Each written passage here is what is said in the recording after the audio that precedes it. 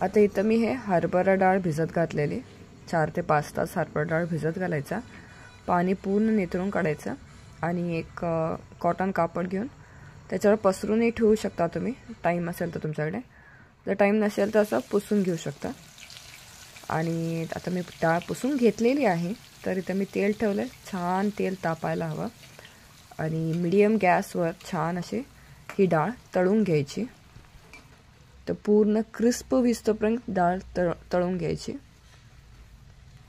अधूनमधून मस्त हलवत राहायचं, का म्हणजे डाळ तुम्ही बघू शकता जर हाय ठेवला तुम्ही गॅस तर डाळ जळायची चान्सेस असतात. मग त्याच्यामुळे मीडियम गॅस ठेवायचा. थोडा वेळ लागतो पण एक नंबर होते रेसिपी, नक्की करून बघा.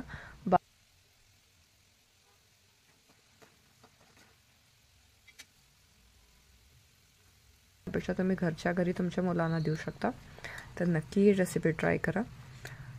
तर इथे बघू शकता मस्तपैकी मीडियम गॅसवरच मी तळत आहे. तर इथं असं वर येते ती तळून छान होते ना, आणि थोडंसं लाईट कलर, थोडा कलर चेंज होतो त्याचा, तुम्हाला कळून येईल ते. जर नाही समजलं तुम्हाला तर 1-2 तुम्ही डाळ साईडला काढून घेऊन म्हणजे बघू शकता की डाळ क्रिस्पी तळून आले की नाही. तर इथं बघू शकता छान अशी माझी डाळ तळून झालेली आहे. इथं बघा किती मस्त दिसत आहे. तर अशी मी डाळ सगळी तळून घेतलेली आहे.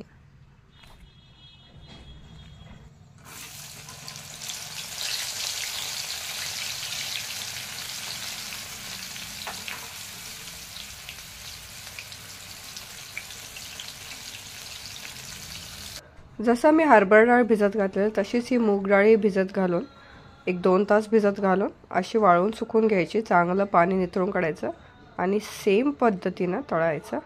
तर ही पण अशी मूग डाळ वर येते आणि छान क्रिस्पी लागते. तर नक्की करून बघा रेसिपी, आणि रेसिपी आवडल्यास लाईक शेअर करायला विसरू नका.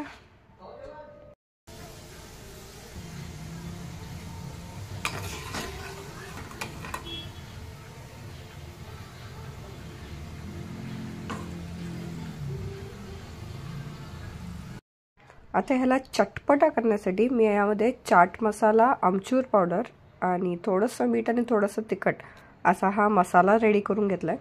आणि हा मसाला 1-1.5 चमचा मी या डाळीमध्ये घालून मिक्स केलेला आहे आणि चटपटा असं रेडी झालेली आहे आपली हरभरा डाळ, खारी हरभरा डाळ. तर मंडळी नक्की ट्राय करा.